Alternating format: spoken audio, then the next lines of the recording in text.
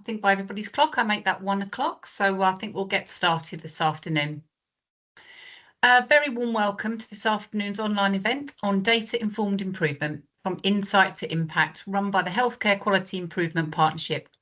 This session is scheduled to end at 3 o'clock, and my name is Rachel Sample, and I'm an Associate Director at HQIP and will be your host for this afternoon's event. This is the last day of a really excellent week, and I thank all of you for joining us in what's been a pretty unprecedented heat wave. It's also Friday afternoon, so I really do appreciate your time. I'd also like to thank all of my fellow HQIP colleagues for their efforts this week, and a special thank you goes out to our communications team, Lacia, Fiona and Molly, who have put together what I believe to be the best Clinical Audit Awareness Week to date. Firstly, please note this event is being recorded, and we hope to be able to make both the slides and the recording available on HQIP's website in due course. This event is the final part of Clinical Audit Awareness Week 2026, which has been a week-long campaign that has seen us celebrating and promoting the critical role of clinical audit and data in improving healthcare and, most importantly, improving the experience and outcomes for our patients. The campaign includes the Excellence in Clinical Audit Awards, which recognises individuals and teams who are transforming healthcare through rigorous clinical audit and evidence-informed projects. A highlight of today's event will be a chance to find out about the winners of the Evidence into Practice Award and hear from them directly about their work. In addition to saying to you all, thank you for giving up your time, I would also like to really extend a warm welcome to today's speakers. This week, across 5 themed days, 2026's campaign has explored how insight becomes action, showcasing practical examples, innovation and collaboration to support improvement across healthcare. Today, our focus has been on data-informed improvement, and on this final day, we focus on how we turn that evidence into results, demonstrating how data-driven programmes can improve care and really make a lasting difference to patients and our services. Next slide, please, Natalia. Before we start, I have a few brief housekeeping notes for you. So all microphones are auto-muted to avoid any background noise. Cameras are on, and we are, after all, a community, but feel free to switch them off if you'll prefer to do so. The chat function has been turned off for this event because we are using the Q&A function for you to pose questions to our speakers. Simply select the Q&A button at the top of your screens if you'd like to ask a question. Microsoft have advised us it is best to use a laptop or PC and not a phone, and the browser version of Teams, not the app, to get the full Teams webinar experience. Therefore, if you have any problems accessing the Q&A, please try switching to the browser version. If you're unable to access the Q&A and have a question you would still like to ask by the end of the session, please share this with us using the Contact Us form on our website.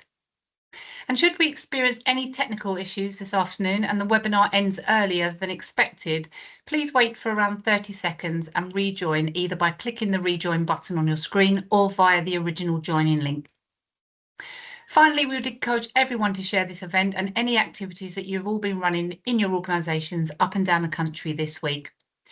On social media, using the hashtag Clinical Audit Awareness Week CAAW26. Together, let's shine a light on the importance of evidence-based healthcare improvement this week. I'm really delighted now to hand over to this afternoon's first speaker, who will be presenting our Evidence into Practice Award, Vicky Patel. Vicky began her career as a general nurse, discovering early on that the smallest improvements could make the biggest difference to patients. On the wards, clinical audit wasn't just a tick box exercise. Drawn to the power of data and learning, Vicky moved into a central clinical audit team and soon found a passion for helping others understand how meaningful audit could be. Teaching then became a natural extension of that work, and co-leading the postgraduate certificate in clinical audit and effectiveness at Sheffield Hallam University, and becoming the clinical audit educator at Sheffield Teaching Hospitals. Beyond the organisation, Vicky has been a steady, compassionate voice for the audit community, being a deputy chair of YEARN and ultimately the national chair of HQIP up until 2026. She has championed collaboration, shared learning and the belief that improvement is everybody's responsibility. Vicky is a great advocate of HQIP and the work that we do in the NCAPOT programme and across all of clinical audit, so I'm really delighted to hand over to her now. Lovely, thanks Rachel. And I think we're going to move on to announce the winners, aren't we? And it was just to confirm that this was a really tough category to judge, and that we have this year seen quite a high quality and submissions coming through. So absolutely delighted to move on to announce our winners of this award. If we can move on, please. And the runner-up is, if we can move on then. Lovely. So this was clozapine monitoring in medium secure services, which was the Tyre Llewellyn medium secure services at the Betsy Cadwallader University Health Board. So this project was designed as a structured multi-cycle clinical audit that evaluated the compliance with that local policy around monitoring of clozapine, which is an antipsychotic medication with risks of fatal side effects. So 3 full audit cycles were completed. They evidenced that sustained improvement over time, and they also implemented some innovative approaches which also considered all elements, including human factors. So it impressed the judging panel. So well done for being runners up. And then if we can move on, then we'll focus on the winners. So drum roll. And on to the next slide then, please. Lovely. So here we go, Dr. Singh and the Anurin Bevan Fracture Liaison Service at the Anurin Bevan University Health Board, who aimed to strengthen secondary fracture prevention by improving the fragility fracture identification and management in line with the Royal College of Physicians Falls and Fragility Fracture Audit Programme standards. So well done. And the panel were particularly impressed on how you managed to demonstrate measurable improvements at scale. It was an outstanding large-scale audit with clear standards and longitudinal analysis. And the audit evidence was underpinned by major sustained system change. So it's a highly innovative model with wide applicability and spread. So well done. Okay, so if we could move on to the next slide then, please. Lovely. And our joint winners, number 2 then, was the Urology Prostate Cancer Pathway at Ashford and St Peter's Hospital NHS Foundation Trust. And this was their audit of the prostate cancer diagnostic pathway. So well done. And again, the panel were particularly noted the innovative use of utilising what you've already got without putting additional pressure on workforce and capacity, and also good escalation and competency pathways that were in place linked to cancer targets, and of course that now fits with the new cancer plan and the 10-year health plan as well, and investing in nurse roles to enhance the patient pathway and upskill the workforce, increasing capacity without adding that additional consultant time or theatre space. And again, it was replicable and scalable. So absolutely well done. So if we could move on, I'd actually like to hand over to Dr. Singh from the first joint winner. And Dr. Singh was also awarded Officer of the Order of the British Empire, OBE, for services to osteoporosis care in Wales in the 2026 King's Birthday Honour List earlier this month. So many congratulations again. And I'll hand over now to yourself, Dr. Singh, to present your winning project. Oh, thank you very much, Victoria, and all the team members for HQIP for giving me this opportunity, and thanks to judges. So as Victoria mentioned, it's about delivering care for the patients, and particularly with the secondary fracture prevention, where harm has already happened. But it's not only the harm. We need to think how we implement the services, how we adopt, and how we take it to more of a sustainability aspect of this. And then if we have learned something during this journey, how we spread this good work across other parts of the country as well. So this is my story, which I'm just going to share. So next, please. And if we look at the first part, who are the people who actually train us? Who are the people who make things better is actually patients. And my acknowledgements always start with patients, but a very wide variety of people who come and join us in doing any sort of improvement work. So this is my introduction and acknowledgements, the most important aspect of what we do. Without this team working, I wouldn't be here. And I don't think we would have achieved anything without that partnership and collaboration. So big thanks to all my colleagues. So next slide, please. The question for start is, yes, we have audits, but where is the research behind it? The research tells us why do we need to act fast? But when we had a first fracture, which is after falling from a standing height, the next is on its way. So this is the imminent risk fracture, which happens within next 12 to 18 months. So this graph is the background or a platform for our audit. Why do we need to audit our practice? But if you click next for me, please. This one tells us that it's not any particular fracture like wrist or spine is for all fractures. Anyone above the age of 50, when they're at a risk of having a first fracture, next is on his way within next 2 to 3 years. And particularly the risk is highest in the first 12 months. So we do need to act very fast to de-risk the fracture risk. So next, please.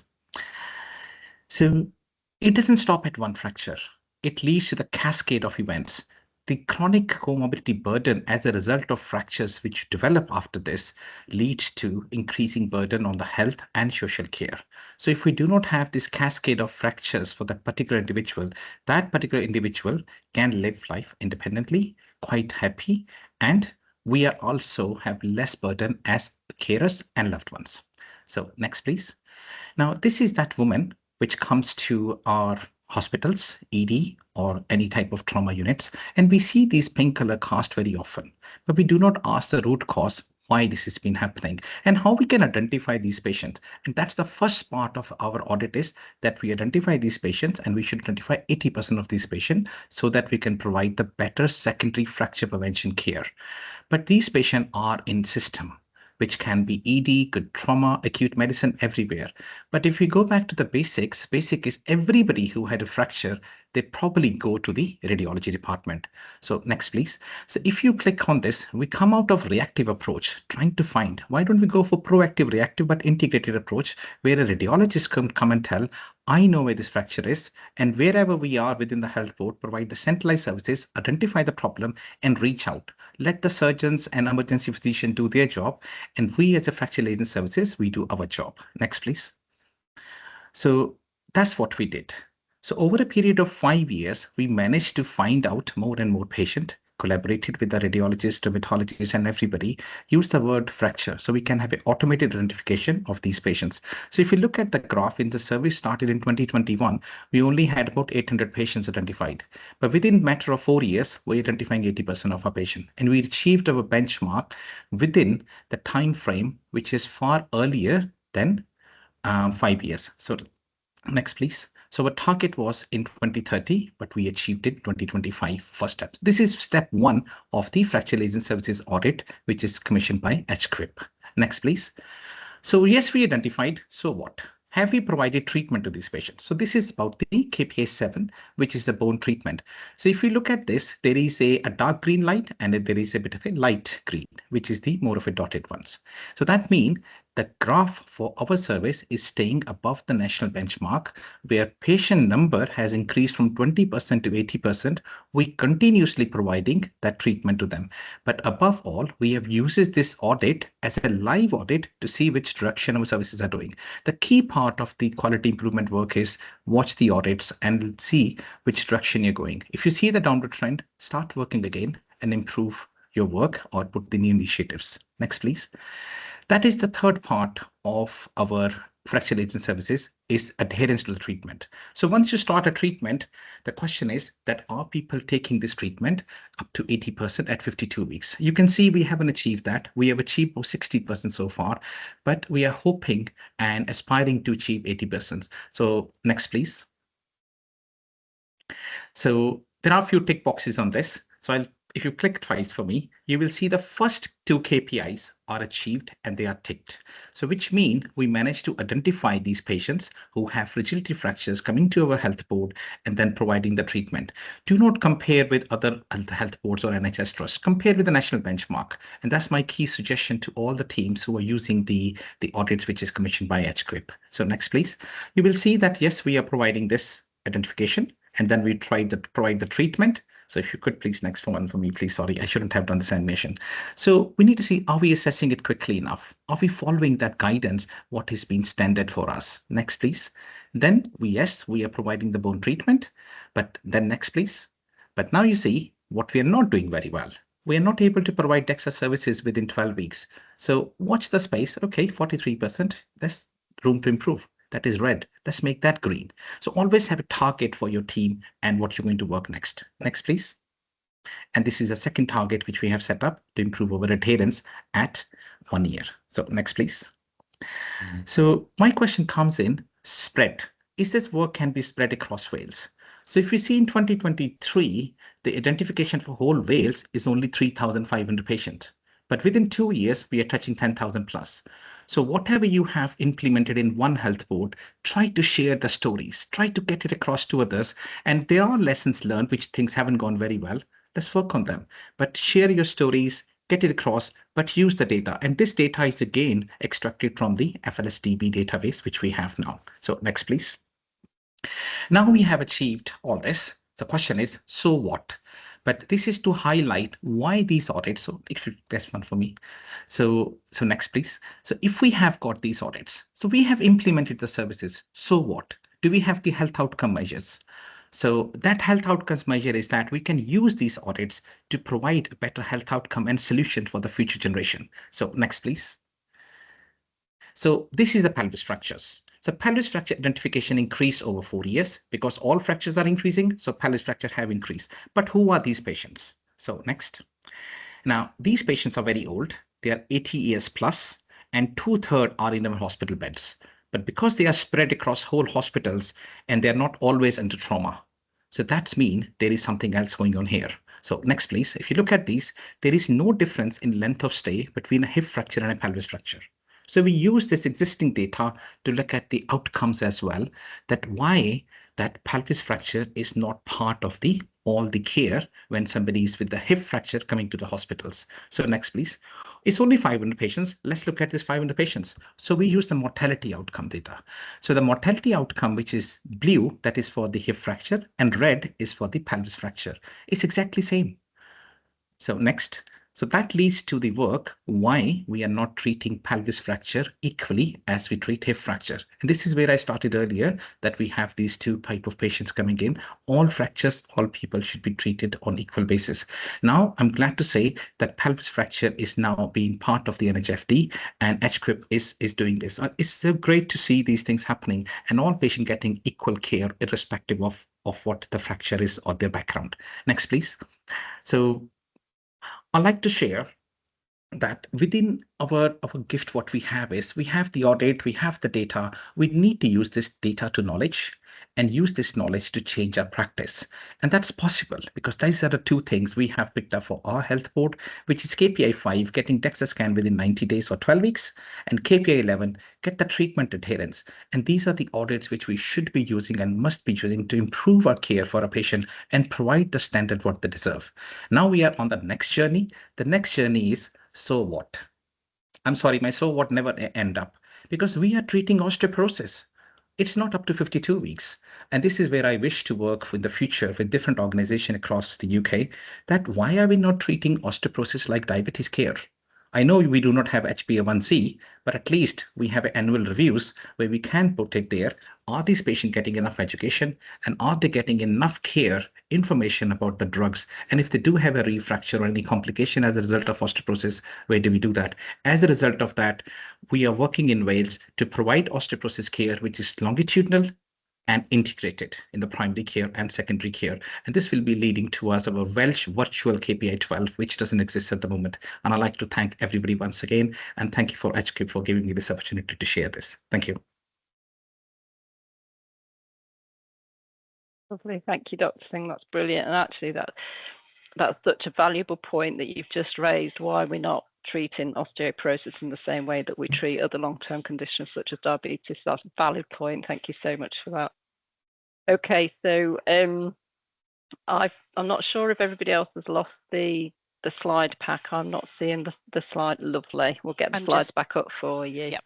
Lovely, brilliant. And we're going to take questions at the end of our second joint winner presenting. So as we get the slides up, then I'd just like to invite the Urology Prostate Cancer Pathway team from Ashford and St Peter's Hospital NHS Foundation Trust to present their winning project. Good afternoon, everyone. It's a privilege to present this project as a joint winner of the Evidence into Practice Award in behalf of the Prostate Cancer Diagnostic Team. So I'm Kathleen Rose Gumahad, a nurse practitioner at Urology in Ashford and St. Peter's Hospital NHS Foundation Trust. So today I'll be sharing with you how we redesigned our prostate cancer pathway using clinical audit to improve capacity and patient flow. So by expanding the nurse practitioner role within the pathway, we aim to support earlier diagnosis and create more sustainable service. So I will start by outlining our key challenges identified through our initial audit. Next slide, please. Our project began with a clinical audit in around end of 2024 of the diagnostic pathway, which identified delays between clinic review and biopsies. Rising referrals, increasing demands for transperineal biopsy, and limited consultant capacity were creating bottlenecks. But with increasing awareness and improvements in the prostate cancer diagnostics, more patients were entering the pathway requiring timely investigation. However, our biopsy capacity did not increase at the same pace. So our pathway was still dependent on consultant availability and theater capacity, meaning any pressure in these areas directly affected our diagnostic flow. So as a result, our faster diagnosis standard performance was 57.6%, which is clearly showing the need for redesign rather than simply adding additional clinics. Next slide, please. So the root cause analysis showed that these challenges were system-wide rather than due to a single isolated issue. We looked closely at each stage of the diagnostic pathway to understand where delays were occurring and what factors were affecting patient flow. Several key themes were identified, including workforce limitations, pathway inefficiencies, restricted biopsy capacity, and variation in how quickly patients could progress from referral through to diagnosis. A major finding was that the service was highly dependent on consultant availability, particularly for biopsy decision-making and biopsy delivery. This meant that capacity was vulnerable to competing clinical demands, such as theater commitments, clinics, and other specialist responsibilities. The audit helped us recognize that simply adding extra lists would not provide a sustainable solution.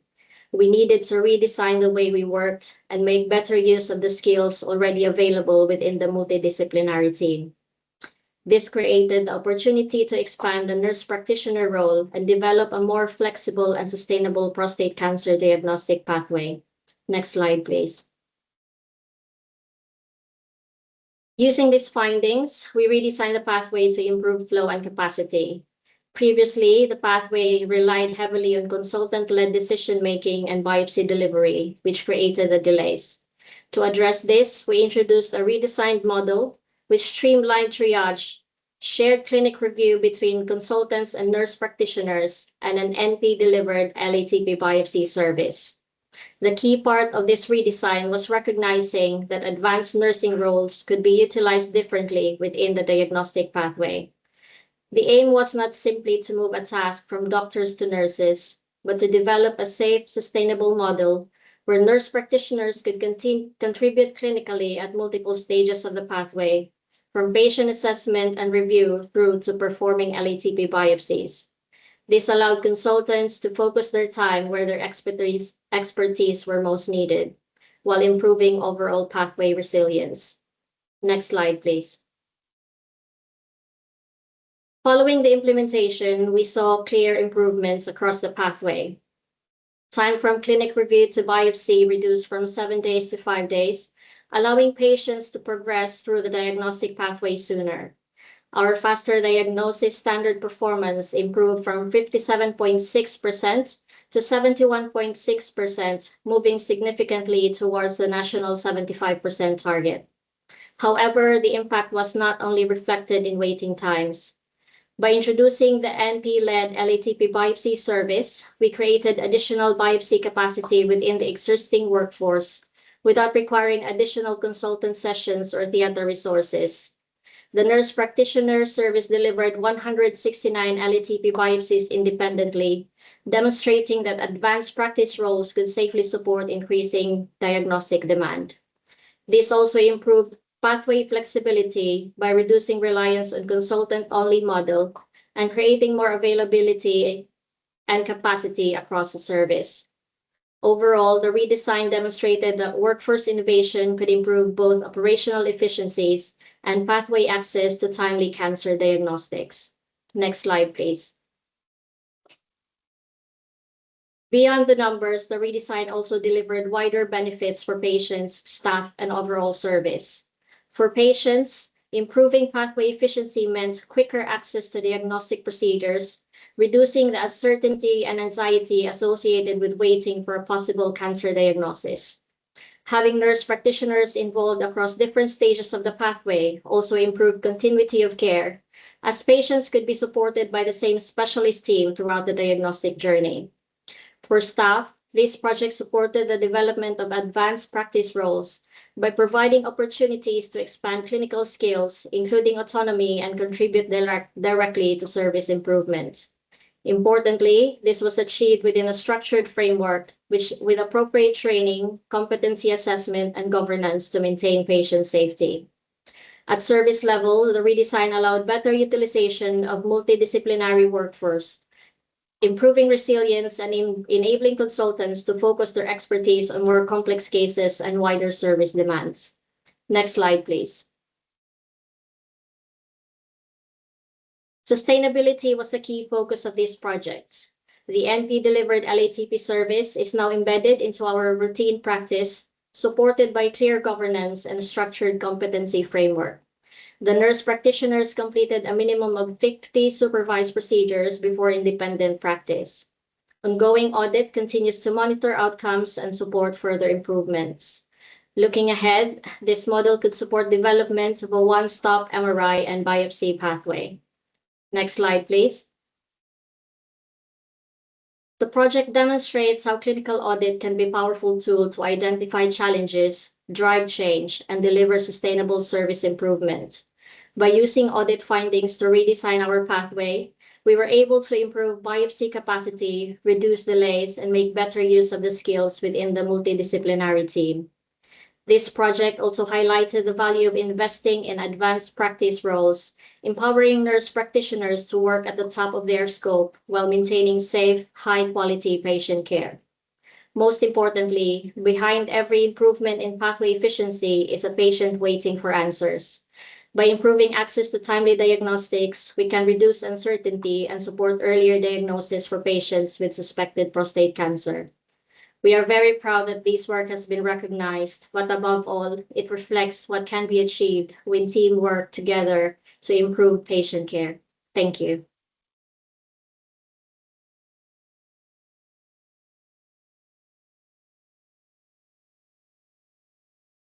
Oh, lovely. Thank you. And I think we're going to hand over to HQIP now to manage the Q&A. Yes, maybe Lovely. I'll take in from here, shall I, Rachel? Yeah, that's lovely, Lacey. Thank you very much. Okay, so we haven't had too many questions. Please do put your questions in, but I've got a couple of questions I could kick off with. I think the first one would go to Inda, OBE no less. Apologies for mentioning that again, but I really had to. And I was really drawn to the slide with the large red arrow on, and the fact that you said, and I put this in inverted commas in my notes, room to improve, but we will get there. And I was very intrigued by that approach, the sort of the lack of fear, that the approach that we are not going to scrutinize what's gone wrong, but instead we're going to focus on what could go right. Any hints or tips as to people who are trying to achieve that sort of culture change? That was the answer in my first slide, is a collaboration and team working. All of us have got some ways. We have experienced different failures, but also successes. And all the answers come from our talking through this. Things do go wrong and everything can be there. But the moment we start working in partnership and collaboration with different agencies, and this does include third sector, voluntary organizations. So having views from everybody will help. So that's my honest answer to that one. Okay, and I think linked to that in some ways, over to Kathleen, I was thinking about the changes in the pathway and the expectations of different staff. Did you have any unexpected responses from, for example, nurse practitioners who were perhaps concerned about getting involved in a different way than they'd previously been used to? So any sort of feedback on those changes and what they meant to staff? Yeah, so it was a bit of a challenge from shifting our roles from just benign pathways and then slowly going into the cancer pathway. But we've had really good support from the whole team, the multidisciplinary team. We've had this push encouragement from our clinical consultants. So it's been a challenge, like learning how to do biopsies, going through the competency, the framework, having supervised procedures. But with all that push, that encouragement, and the whole team behind us, then I think it has worked well. Great, thank you. So that's it for questions right now, but I'll hand back to Rachel. Thank you, Lacia, and thank you, Kathleen and Inda, and obviously to Vicky as well. Absolutely brilliant local work that's obviously clearly demonstrating impact in your local organisation. So thank you so much. Our next two speakers will share with us some really inspiring and impactful work that they have been undertaking in the Southwest. And it's my pleasure to introduce Tom Hunter and Dr. Salbu Krishnan this afternoon. Tom is a registered mental health nurse with over 20 years' experience across CAMHS and adult mental health services in the NHS. Over the past 8 years, he has specialised in CAMHS eating disorder services, leading specialist teams supporting children, young people and families with complex needs. He has a background in systemic practice and brings extensive experience in operational leadership, pathway development, safeguarding, workforce support and multi-agency collaboration. And his work has focused on strengthening community pathways, improving transitions between services and promoting compassionate leadership, staff wellbeing and improved outcomes for young people and families. Dr. Krishnan is a child and adolescent eating disorder psychiatrist in Plymouth with Live Well Southwest and clinical lead for the Southwest CAMHS eating disorders. He led the development of the Southwest England clinical model for eating disorder services informed by Southwest provider collaborative audit data, covering 5 general adolescent inpatient units, 11 paediatric wards and admissions to specialist eating disorder units. He has also completed region-wide co-production across the Southwest involving young people, families and professionals, which was used to support service development. His work includes data-informed service change in Plymouth and projects to develop intensive community support within integrated eating disorder teams and a specialist inpatient centre of excellence for Southwest England patients. I'm delighted to hand over to Tom and Dr. Krishnan now. Thank you. Thank you. Hello. Hello, can you hear me? Yep. Oh, sorry. We can hear you, Sal. All right. Thank you. Good afternoon, everyone, and thank you for joining us. My name is Salbu Krishnan. I'm a consultant psychiatrist at Live Well Southwest. I work for CAMHS eating disorders in Plymouth, and I'm joined today by my colleague Tom Hunter. Tom, do you want to introduce yourself? Hi everyone, my name's Tom Hunter. I'm a registered mental health nurse. I've worked in CAMHS and adult mental health for the last 20 years. And last 8 years I have been the clinical pathway manager for the CAMHS eating disorder team. So today we'll be sharing how we've used local audit data to better understand our service, the Plymouth CAMHS eating disorder pathway, and how that's influenced our practice and where it's helping shape our future priorities. We'll be taking you through the presentation together with each of us covering different sections. And with that, I'm going to hand over to Salbu to get us started. Thank you. Let's go to the next slide, please. Okay, we start with our journey. In March 2024, we began our gradual CAMHS transformation. So this is local, this is our eating disorder service, and we wanted to develop a tier 4 type outpatient service, which is this is about supporting young people with severe eating disorders. So we had national guidance there as a framework, but it didn't say how to deliver. But we knew what outcomes we were, expecting to see. So therefore, we have to use innovative ways to develop and monitor the pathway. So we decided to bringing in data. We had our own, more customized application called EDISA. We used that for, running data. So this is about pretty much like updated weekly data. So we use that to see two things. One, are we able to deliver things we should? The second is, are we getting the outcomes we are looking for? If not, we need to change the direction. So both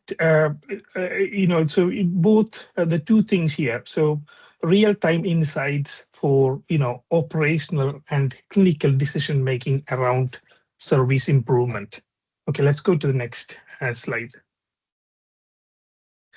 So I'll quickly explain what the transformation means and what in mental health. It is complex to collect data to see service development, but we wanted to see how we can measure that. So the two key things we were trying to measure. So let's go to the next slide. So the first one is about the whole system integration and leadership. So in traditional eating disorder care, there is a lot of fragmentation. So there is multiple services. We have pediatrics, we have primary care, and we do have eating disorder teams, home treatment team, general adolescent inpatient units, specialist ED units. So young people keep moving between these services, and there's a lack of coordination and leadership. And this is what we call integrating the system. The fragmentation was leading to young people meeting new clinicians, and we want to integrate and reduce that escalation that happens at the border. So that was the first thing: genuinely integrated pathway, improving care and outcomes by CAMHS taking the lead role lead role for system integration. Let's go to the next slide. Well, the second thing we were trying to measure was the intensive support service. So this is pretty much like tier 4 in the community. So really,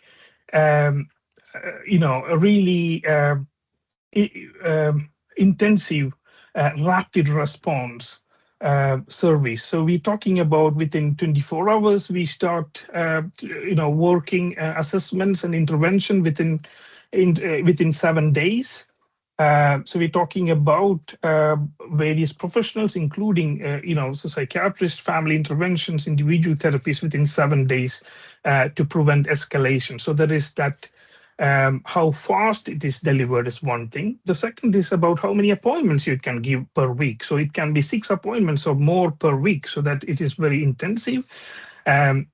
We focused, and we do follow the young people around in home, school, and hospital.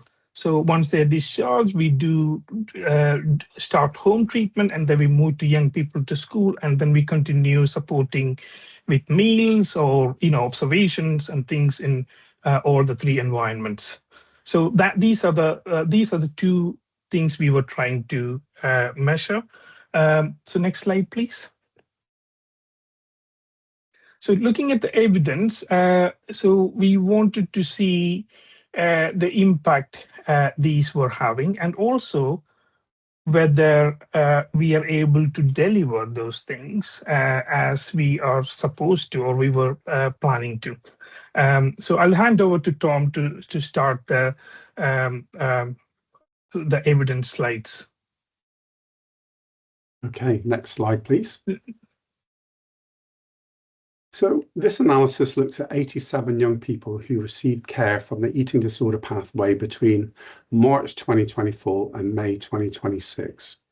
At the time the data was collected, 14 young people were receiving acute intensive support, and a further 31 had stepped down to a lower level of care. One thing that's worth highlighting here is that just over half the young people in this analysis required intensive support at some stage in their treatment. And what that shows is that intensive support forms a significant part of the pathway rather than being just used only occasionally.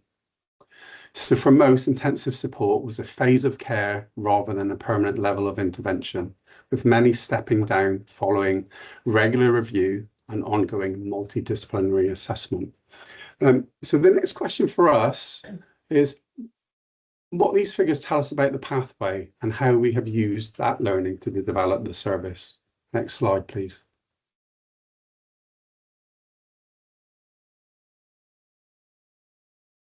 So our progress and priorities. So these findings tell us a few important things. First, intensive support has become an established part of the pathway, with just over half the young people accessing it at some stage in their treatment. Second, we're seeing movement through the pathway. Most young people who require intensive support were able to be stepped down to lower intensity interventions following regular review and ongoing assessment. And third, intensive support is a function as part of a wider service rather than a standalone offer.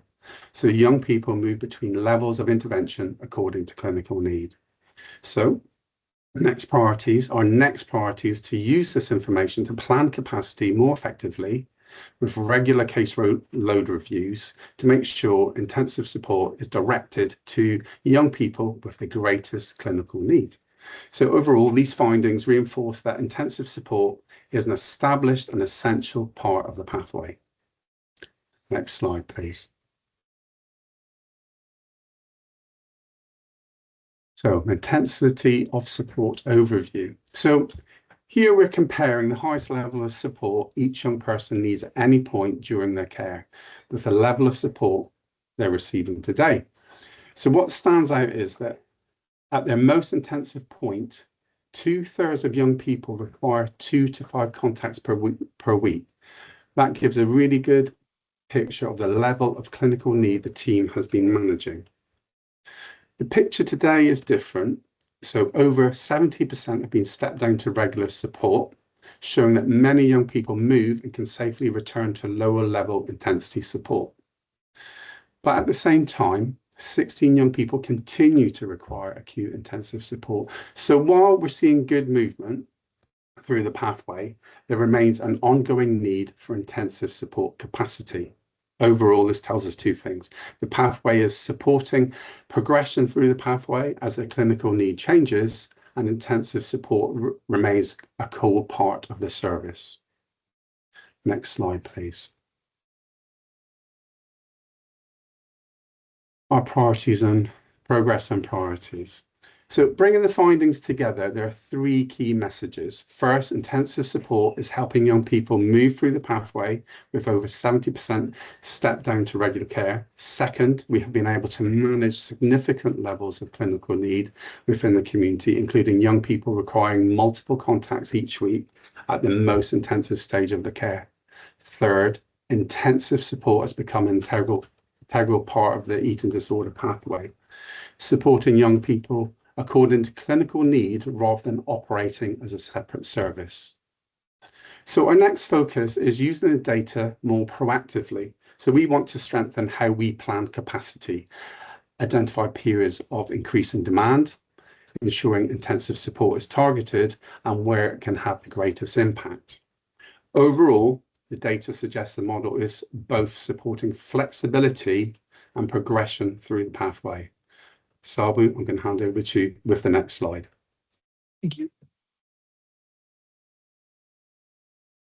Okay, well, the next slide is a clinical slide. Here, I'm going to focus on the weight management. I think we're talking about working with young people with very low weights in the community. We're talking about for children, we talk in terms of percentages. We're talking about, so less than 70% is very much like for adults less than 13 BMI, and less than 60 is like less than 12 BMI. So a rough comparison.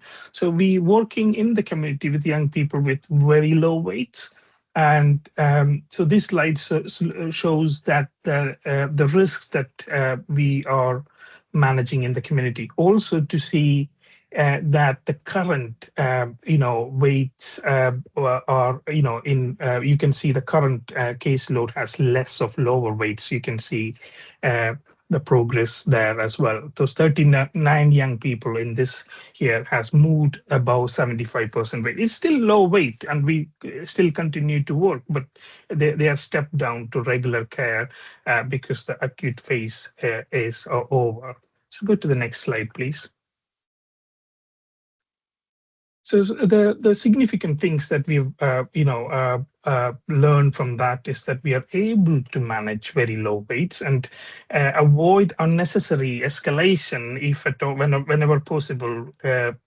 Admission in specialist eating disorder units, for example, and we are also able to achieve weight restoration from a very low point to a point where we could step down care to regular support.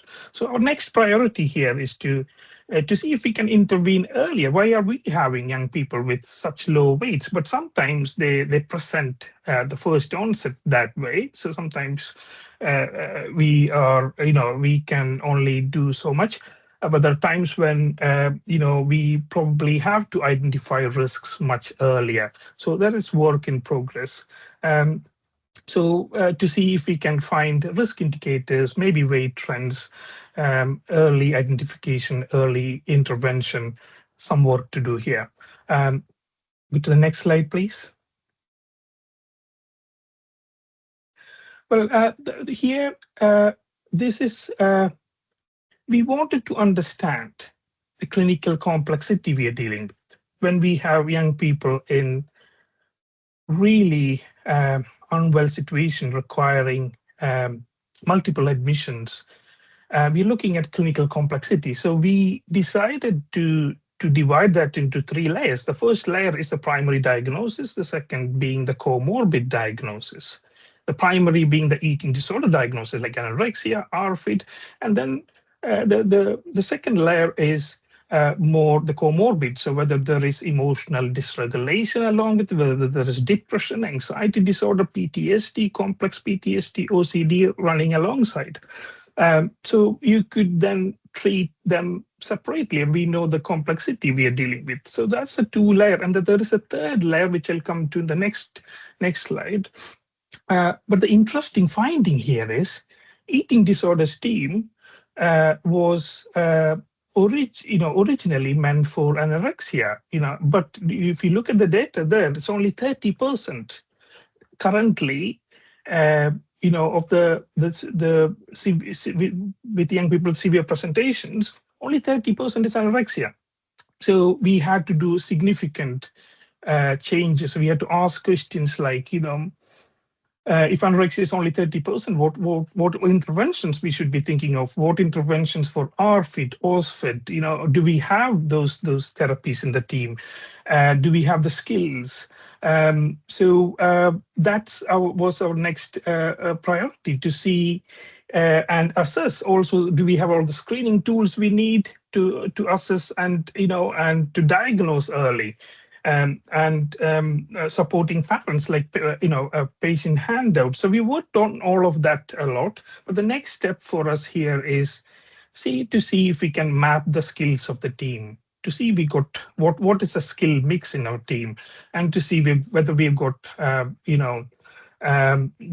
right skills for all those conditions there, and help Tom with future workforce planning.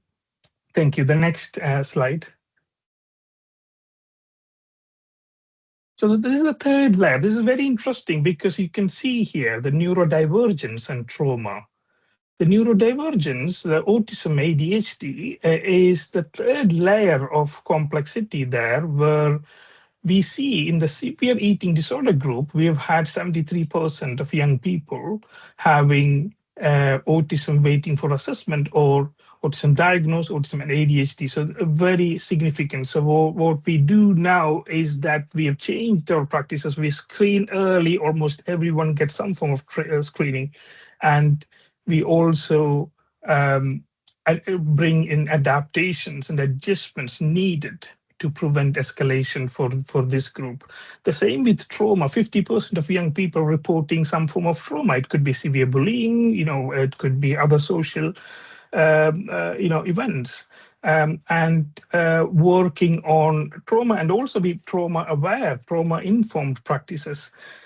So that's been that's the next layer, and sometimes we see both neurodivergence and trauma coexisting in many cases. Next slide, please.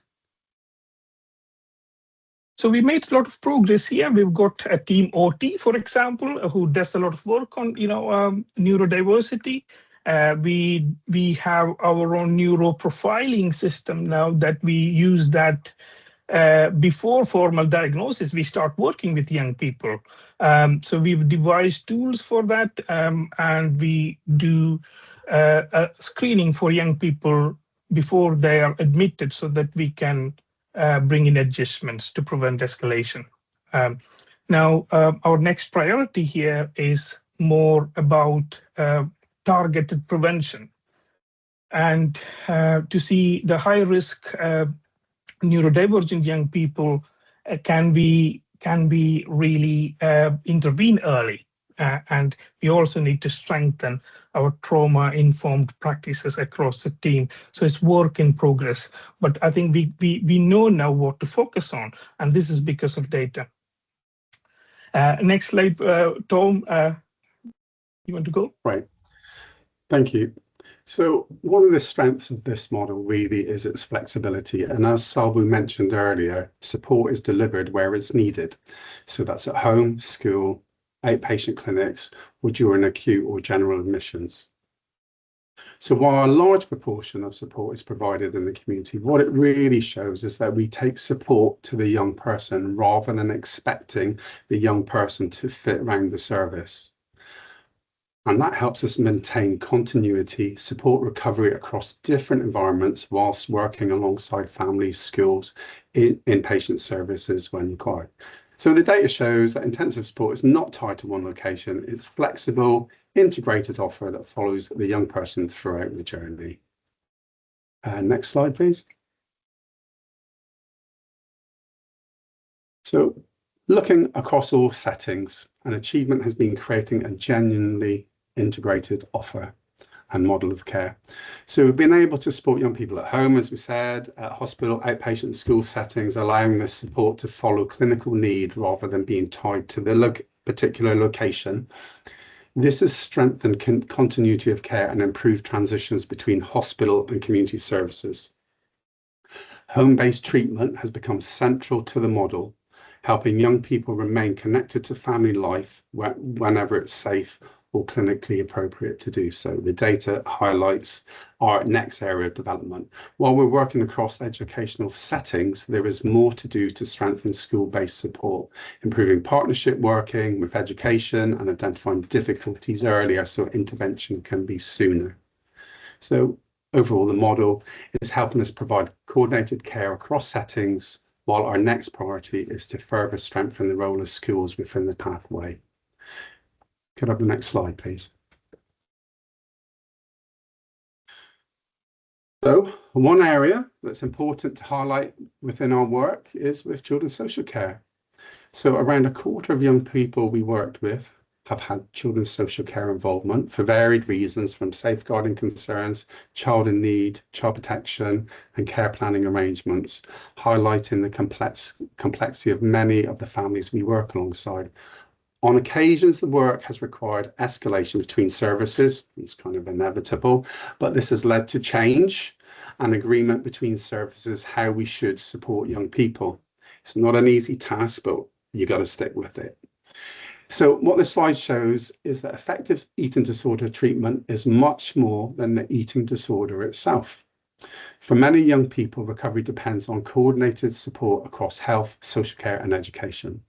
A key part of our role has been bringing agencies together around shared plans, shared understanding of risk, and clear responsibilities. This has helped us support young people safely at home where appropriate, while ensuring wider safeguarding welfare needs are addressed alongside treatment. So it's a good example of integrated working in practice. The outcomes we achieve are often strengthened by the quality of partnerships around the young person and their family. Next slide, please. So as said, partnership working with social care has been central to supporting some of our most complex young people. It's helped strengthen safeguarding, improved coordinated care planning, and in some cases, support young safely at home who may otherwise have required an admission. And some of these admissions generally are inappropriate. Our next challenge is to take that joint working further, a step further, with shared training and a more consistent understanding of eating disorder risk, and more joined up care across services, integrated care. Ultimately, we're aiming for early intervention, better coordination, and better outcomes. Next slide, please. So risk management through collaborative working. Looking at this slide, you can see the level of the risk the team is managing in the community. We're supporting young people with complex and often overlapping risks, including eating disorder risk, self-harm, suicidal thoughts and behaviours. One area that deserves attention is restrictive intake as self-harm. Some young people, the eating disorder itself becomes a direct risk, which adds another layer of complexity to assessment and treatment. But what it shows is that high levels of risk can be managed safely outside of hospital, but only through strong partnership, working, clear communication, and coordinated planning across services. Next slide, please. So building on the previous slide, this summarises what collaborative risk management has helped us achieve. We've shown that some young people with very high risk can be supported safely in community through coordinated multi-agency working rather than automatically requiring a more restrictive setting, such as hospital admission. A particularly important area has been recognising, as I said earlier, restrictive intake as a risk behaviour in its own right and responding with targeted assessment and support. So next priority is to become more proactive. We want to identify escalating risk earlier, develop more consistent approaches across agencies and provide clearer guidance for families and professionals. Ultimately, as it says on the slide, the aim is the same, the right support at the right time in the right place. And with the next slide, I'm going to hand over to Salbu.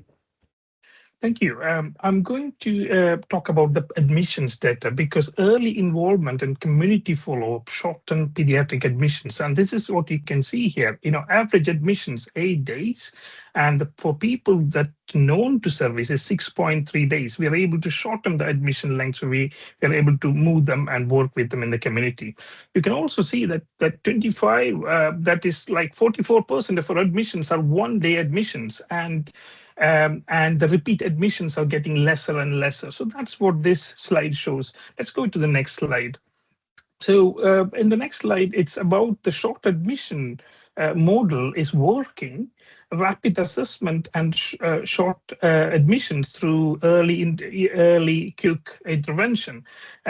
So bed management wise, this has helped our partnership with the pediatric services.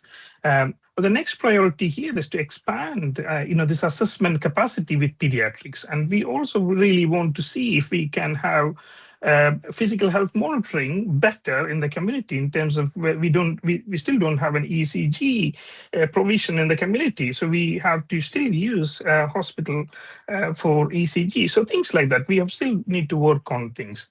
Next slide, please. And the part 2 of this, pediatric admissions data is here. This is an interesting thing is the first onset admissions constitute 25%. These are young people not known to us. So they're coming straight with low weights to pediatrics, which means there is a problem with our early intervention service of eating disorders in Plymouth. So we need to work with, GP schools for early detection and, early referral. So that's what we see in this slide. Let's go to the next slide, please. So here, we understand the model is working, but I think what we need is the next challenge is to prevent late and late presentations and detect them, and early recognition, early intervention. So to have a pathway for that early intervention. Let's go to the next slide, please. Okay, so specialist admission. So you got here general adolescent unit admissions has been 58% shorter compared to Southwest average. The specialist eating disorder team admissions are 44% shorter admissions, and we've only admitted one patient to specialist ED unit in the last 2.5 years. And we have not admitted anyone in the last 1.5 years, and only 4 people needed short admissions. And you can see 51 days was average admission to a GAU, which is less than 2 months. So it's been really short. Let's go to the next slide, please. So here, there is significant reduction in both admissions and length of stay. No SEDU admissions for around, for 1.5 years.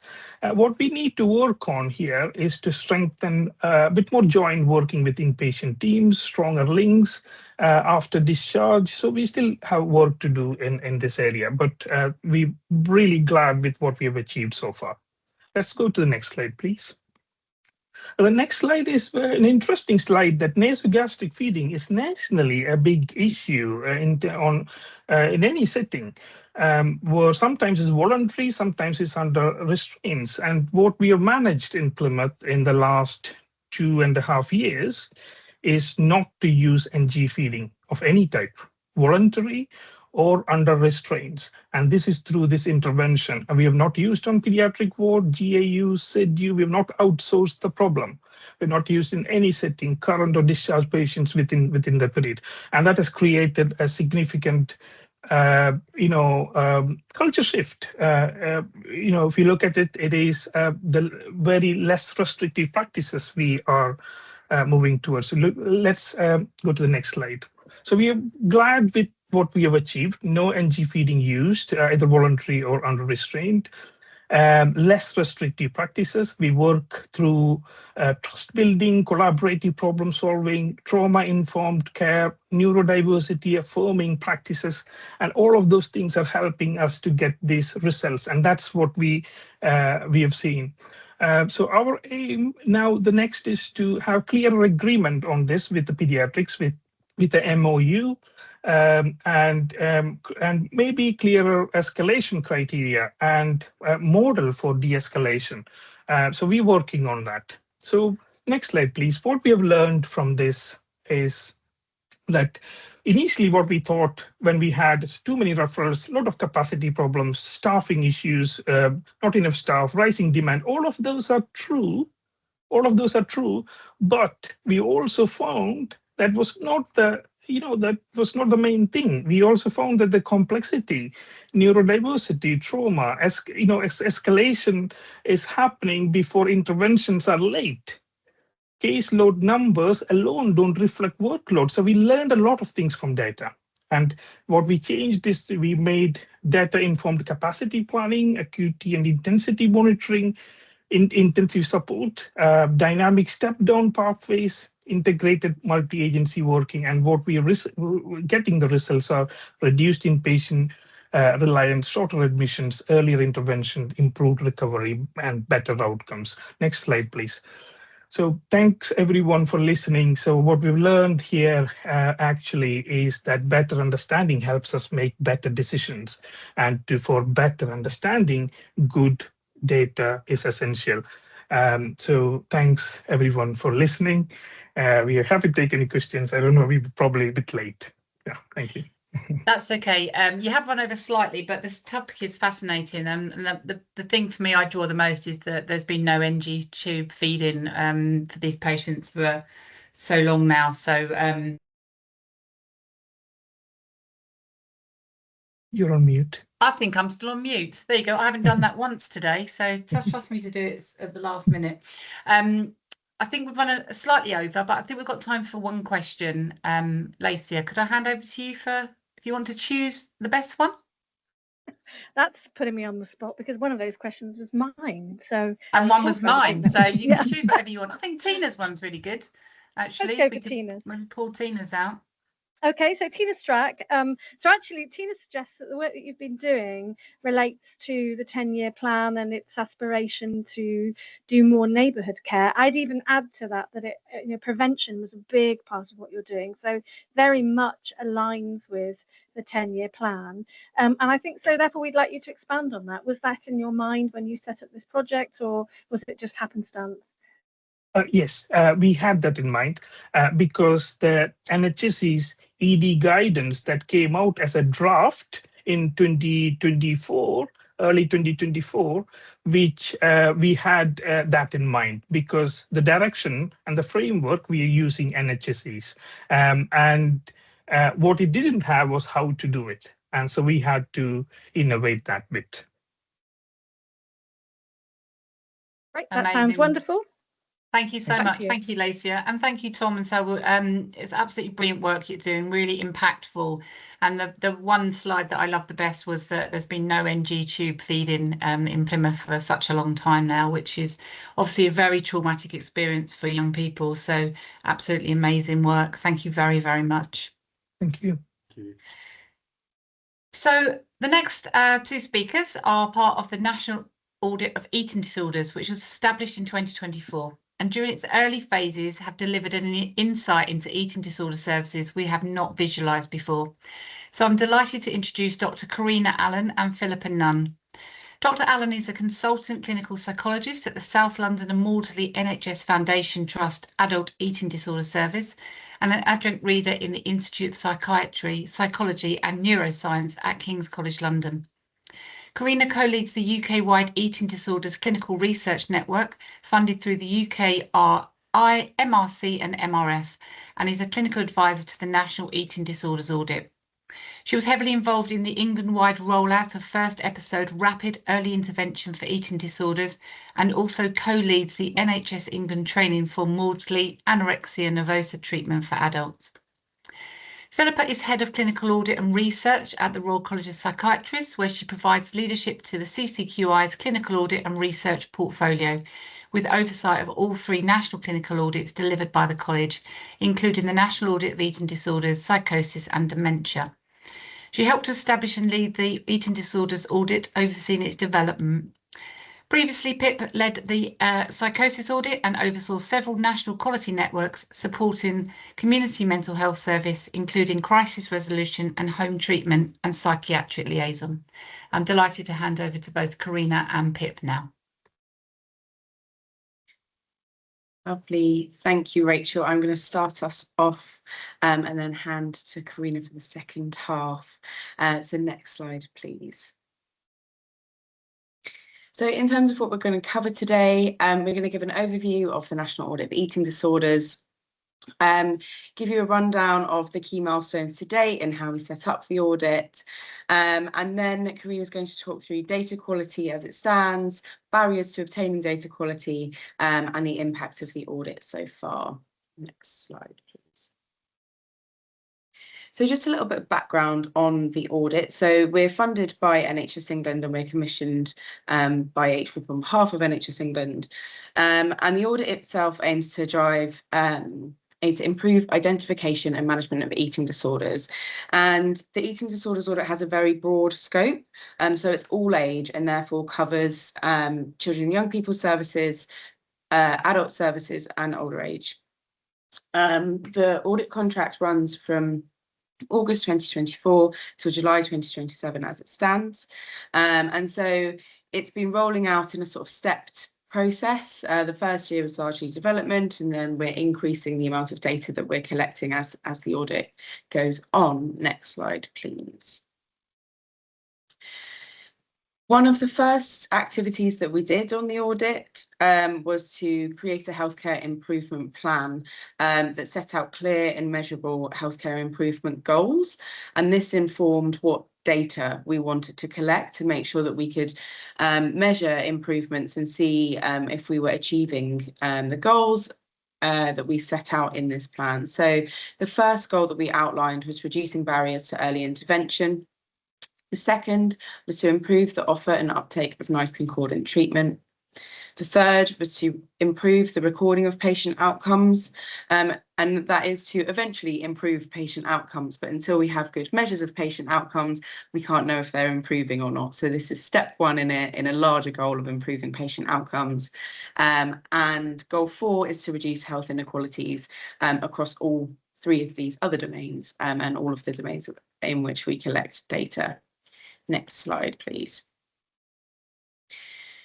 So just to sort of calibrate you in where we are in the audit, we're just coming to the close of year 2. And in year 1 was our big sort of development year, setting up all of the different parts of the audit, all of the different facets. We had sort of a big mapping activity, and that included registering services, all eligible services in England, providing a service mapping report, and starting to build our data dashboard for the later patient level audit in years 2 and 3. In year 2, we're conducting a staffing report. So this is a deeper dive, and that I think Karina is going to touch on, into capacity and demand and what's available in England with the current provisions. We launched our quality improvement network, and that's open to all eating disorders teams that are taking part in the audit. And we have our quality improvement coach, Cy Fitzgerald, and Maury McGeorge, who are working with the teams with their quality improvement initiatives locally. And then we're also due to have our first drop of data available on the dashboard, and that's our first drop of patient level data, which will be benchmarked from region to region, team to team, etc. And we're hoping to get on the dashboard soon, but just ironing out some data access at the moment. And then in year 3, that data should be available at quarterly intervals, so we should be able to get a read on change over time in services on our standards that we set. The quality improvement network will continue, and the idea is that the data that's available on the dashboard will be available to inform the quality improvement work. And we're going to summarise this in a State of the Nation report that will be due, I believe it's July 27. And yeah, that will summarise all of the work taken in the 3 years. Next slide, please. In terms of who we work with to deliver this, we've got Karina Allen on the call today, and we also have Professor Ulrika Smith as another clinical advisor, and they work in counterpart to our lived experience advisors, Rebecca and Vicky James, and we've got 1 patient advisor and 1 care advisor. We also have a wider service user and carer advisory group that we have 10 experts by experience sit on. That's 5 patients, 5 carers. And our lived experience advisors also sit on that group. It's co-facilitated by BEAT, who provide sort of wider support to the experts by experience. And it means that we have lived experience woven into all of our methodology, and the data gets taken to this group, and they essentially get oversight over the methodology and the areas in which we choose to investigate. And we also have our steering group, which again acts in counterpart to the CAAW, and that's a wider pool of stakeholders. So that includes clinicians, commissioners, charities, and other royal colleges. Next slide, please. And this is just a graphic to reinforce the importance of lived experience in our work, and how it informs our work and the data that we collect. So our lived experience advisors, that's Vicky and Rebecca, act as conduits between all of our 3 advisory and implementation groups, and that ensures that the voice of people with lived experience is woven into every aspect of what we do. Next slide, please. And just a few examples of what the CAAW have helped us with to date. They've helped us co-produce our first service mapping report, a video which sits alongside the report.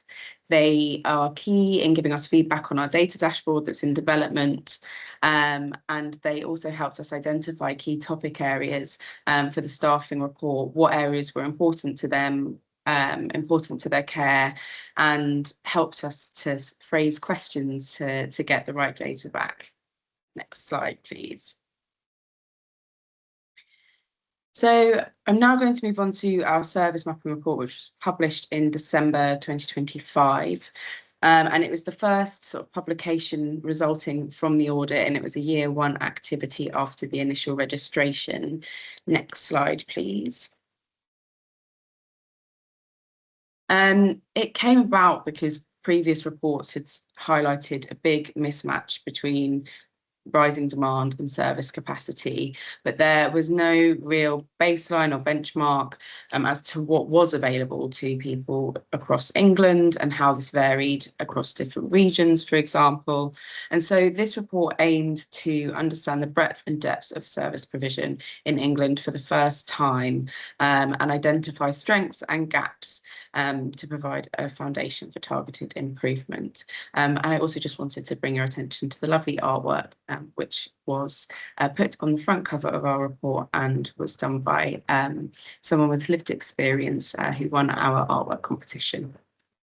Next slide, please.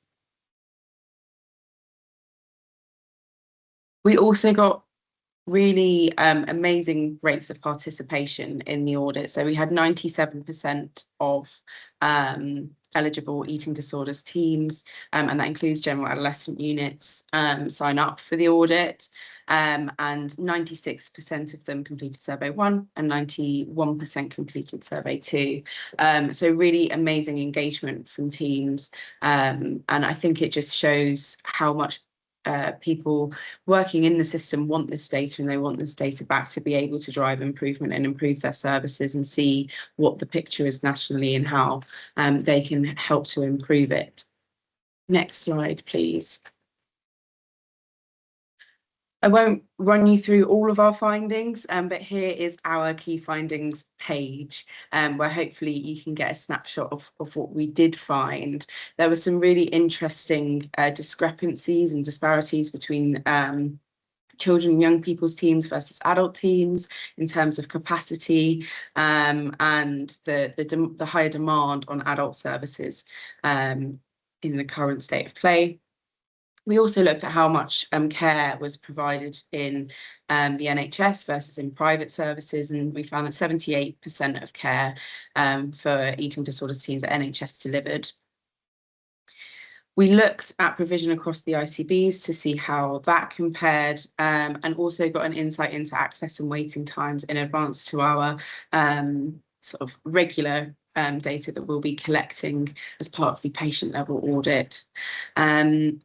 And found that NICE recommended therapies were generally widely available in teams. However, there were some differences depending on which therapies you were after.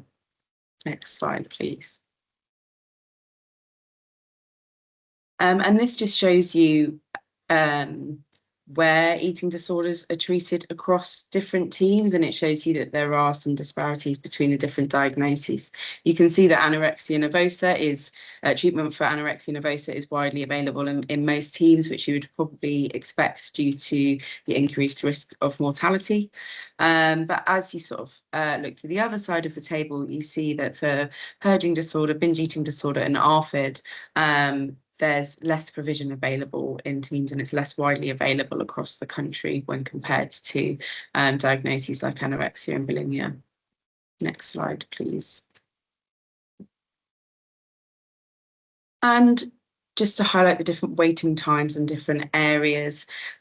So we found that people in London had a lot higher waiting times in days, and that's for initial assessment, and then again a higher waiting time for treatment for their for treatment and initial assessment.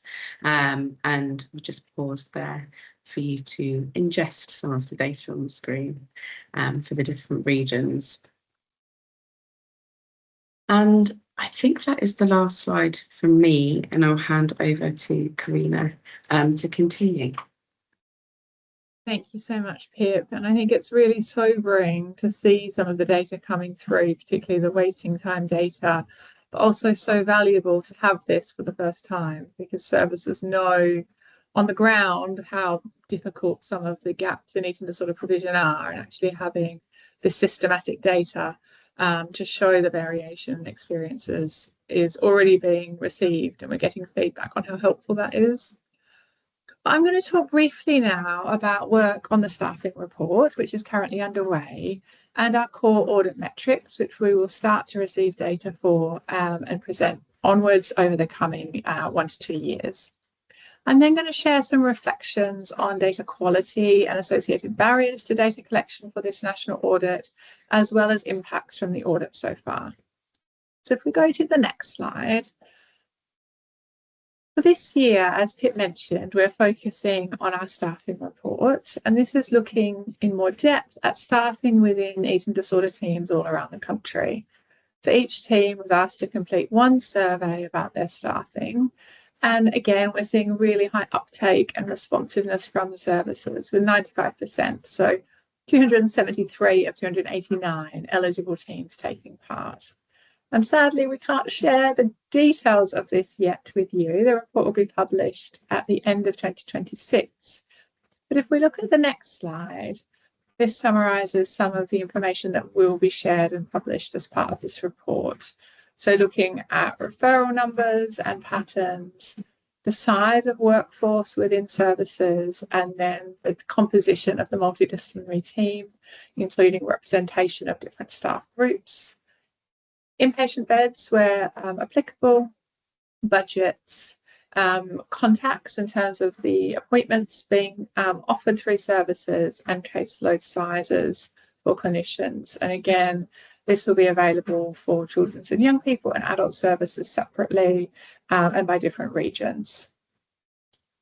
If we move on to the core audit, and we can jump through probably the next 2 slides to our audit metrics. Thank you very much. So we have 12 audit metrics, which we will be able to start receiving and summarising data for across 3 categories. These are access and waiting times, interventions and outcomes. And I'll give a little bit more detail on each of these categories in a moment. And crucially, these metrics were all developed in consultation with the steering group and our service user and carer advisory group. They have gone through a few iterations in terms of exactly how they're phrased and operationalised. And there's really been quite a lot of thought into trying to make sure that the 12 metrics we've decided upon are sort of the most important pieces of information, but also metrics that we can actually get information on. And if we go to the next slide, you can see what we've identified. So for access and waiting times, we have the percentage of people who receive nice concordant treatment within the appropriate time frame. And that in and of itself needs a little bit of definition. Children's and young people's services have existing access and waiting time standards. Adult services currently do not, but there is some general guidance that we can draw on. So there's some kind of caveats that go along with this first metric, and that guidance will be made available to teams. The time between the first and second psychological intervention appointments, to avoid people being seen once, to sort of stop the clock, if you like, and then not having sustained treatment. And also the percentage of people who can self-refer into the service. And this is something at the moment where there's a very big discrepancy between children's and young people's services, where self-referral is relatively common, and adult services where it's relatively rare. For interventions, we have people being offered and taking up nice concordant eating disorder treatments, the percentage admitted to inpatient or higher levels of care, acute medical or paediatric hospitalisations, the percentage of people treated under the Mental Health Act, and the percentage of people who are open to more than one mental health service. And this is about trying to capture, I guess, complexity, for lack of a better term, but also working collaboratively across services. And then for outcomes, we have the percentage of patients or carers with clinical outcome measures recorded at least 2 time points. This audit won't be able to give information necessarily on what those outcome measures show, That is work that's underway through other initiatives, but it will obviously help with making it really clear that it's important that services are getting outcome data. Percentage of patients who transition from children's and young people's to adult services where applicable. The number of evidence-based psychological intervention sessions received, so the length of treatment, and the percentage of deaths in services, including up to a year after discharge. And again, we don't have these data to show you yet, but on the next slide is a sort of image of what will become available through the National Summary Statistics dashboard for the National Audit. And this is just an illustration of duration of time that someone's receiving eating disorder treatment. And you can see that this is kind of broken down by diagnoses, on average for the service over time. This isn't real data, so don't get too excited, but it's just to illustrate what will become available. And you can hold your excitement in anticipation of this dashboard becoming live. So if we move on now to data quality and barriers. This next slide has some points around data quality. And I think really want to emphasise again how pleased we are with the participation and buy-in from services. This is obviously essential for the data to have applicability, and it means that we're getting quite good quality data for our service level data sets. We know, though, that routine data from the MHSDS, for example, has known data quality issues and gaps. I'm going to talk a little bit more about some of the impacts of these in a moment. And we were trying to work quite closely with NHS England, the equivalent renamed departments, to identify how we can improve data flow and provide guidance for teams on where they need to be putting their information so that it can come through to the audit routinely. Similarly, we're trying to really talk with data teams and think about where we need to do this at a national level as well as in different regions. And the QI network will be an important part of helping teams to improve their data quality once we know what's required for the flow of data into the audit. Just thinking on the next slide in a little bit more detail about some of the challenges and barriers. So we've talked about challenges to do with data, which will come in more on the next slide in terms of the routinely collected metrics. But we've also had to work through some challenges in clarifying what we're actually asking services for. So if we go back to the service level data, on the prior slide, and just thinking about defining who is part of this audit and who is not. We have general adolescent units, for example, who might see eating disorder patients, and we've grappled with where one draws the definition of participating services for the audit. One of the benefits of this audit is we are getting for the first time good data on the diversity in our teams and services, but it means that a one-size-fits-all data collection tool is really difficult because there is so much variation across the age ranges and regions.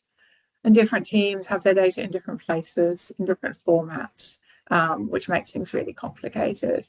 And this graph is just to kind of illustrate teams using exclusion criteria for accessing services to highlight the variability that we have on just one metric.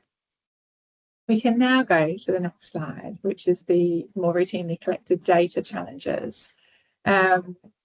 We've talked about the MHSDS data set, but also we have delays in data being available, data being held in these different places, multiple SNOMED codes available for the same data item, sometimes needing workarounds to build data dashboards where we don't yet have the data available, but we want to be creating the dashboard so that it's there for use when we can populate it. Unfortunately, we are able to draw on some learning from other national audits with the Royal College of Psychiatry to think about solutions that cut across eating disorders and other areas. Moving to impact, so think beyond the barriers to what we're starting to see as some of the benefits. Again, I think to emphasise this strong national buy-in, having over 90% of services take part across all 7 regions is really impressive, and I think speaks to the perceived need and importance of the work, people recognising that this has value. And that strong buy-in now provides a really strong foundation just to continue to engage with stakeholders and take a co-production approach. We've tried to establish this robust national benchmarking framework, again, through co-production approaches, leaning on our CAAWG, our steering committee, but also partnerships with NHS England, the Royal College of Psychiatrists, QED, and other complementary efforts that are taking place in parallel. I think for us in eating disorders, this is the first national overview of our service provision, and this is already generating impact in the first audit report being cited, being referred to in sort of press releases, in quality improvement summaries, and in team sort of communications at a trust level as well. And we've tried to make sure that we're producing accessible reporting formats that are usable for different audiences, and having a video summary as well as sort of more traditional academic type reporting.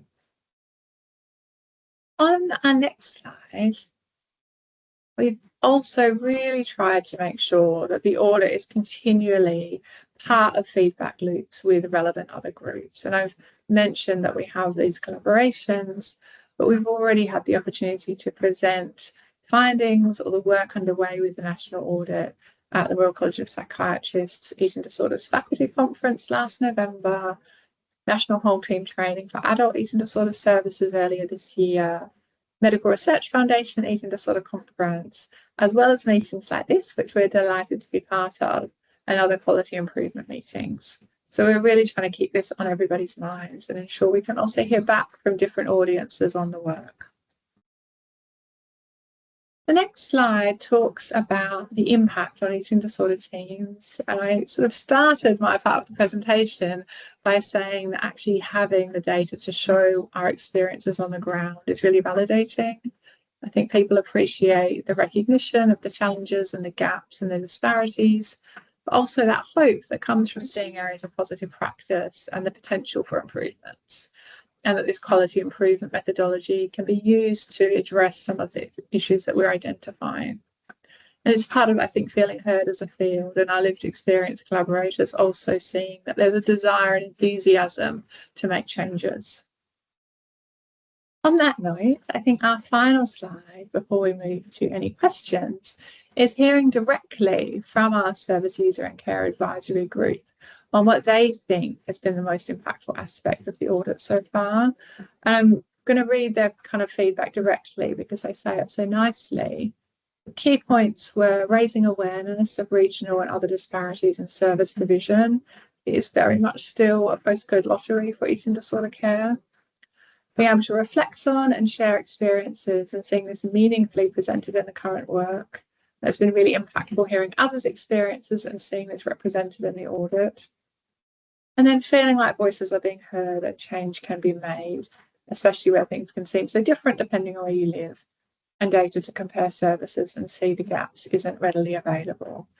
And I think this sort of feeling like voices are being heard and change can be made is so core to everything we're hearing about today, where it's not just sort of identifying the gaps, but having that hope that we can use the data to drive some sort of positive improvement forward. So thank you ever so much for having us. I think we have got a little bit of time for questions, and they can come obviously to both Pip and myself.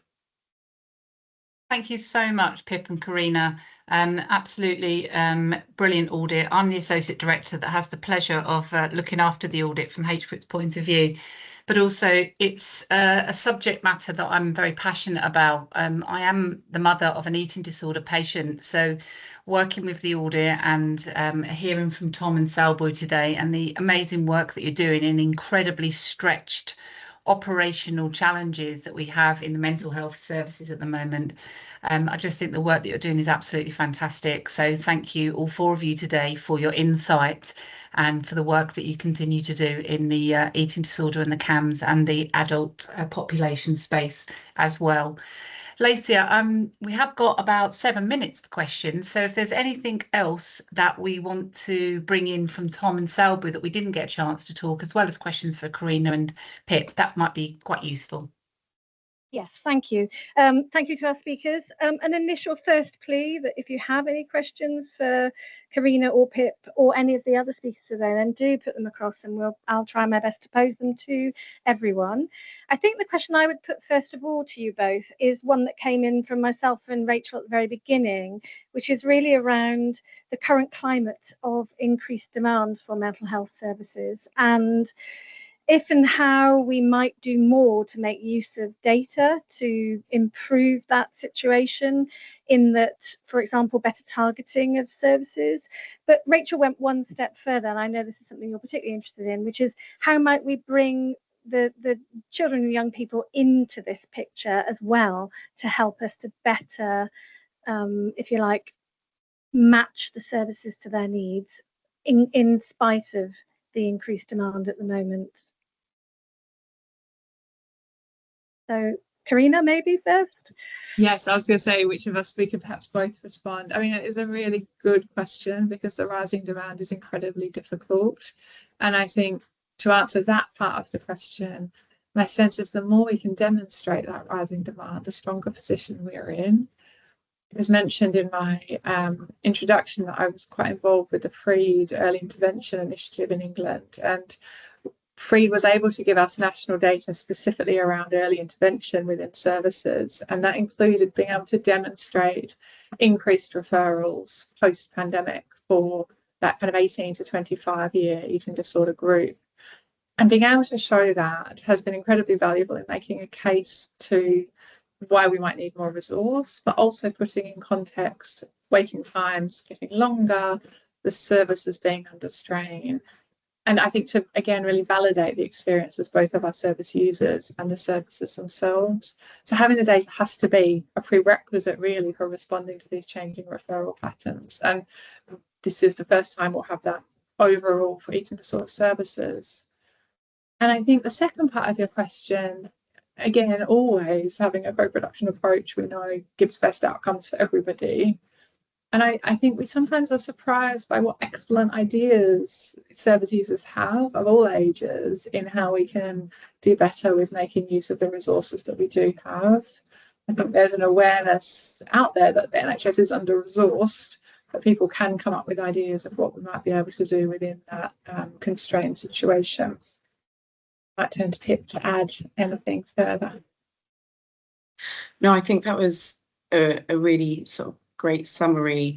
I guess the only thing I would add to that is it links to the engagement of services, but we hope that eating disorders teams and teams that are engaged with the audit can use our data in multiple ways, both locally, sort of in their team to improve things for patients, but to take to their commissioners and to take to people in power and say, hey, look, this is the resource that we need, and it's a useful tool for services, and therefore we love it when people engage with our data, when they feed back to us what's useful and what's not, what has worked, what hasn't, because we can't sort of learn and adapt things if we don't get that feedback. And it was that the slide that Karina presented about the feedback loops being so important, so that we can help teams to evidence what they're experiencing and being able to take that to the right places, and have the data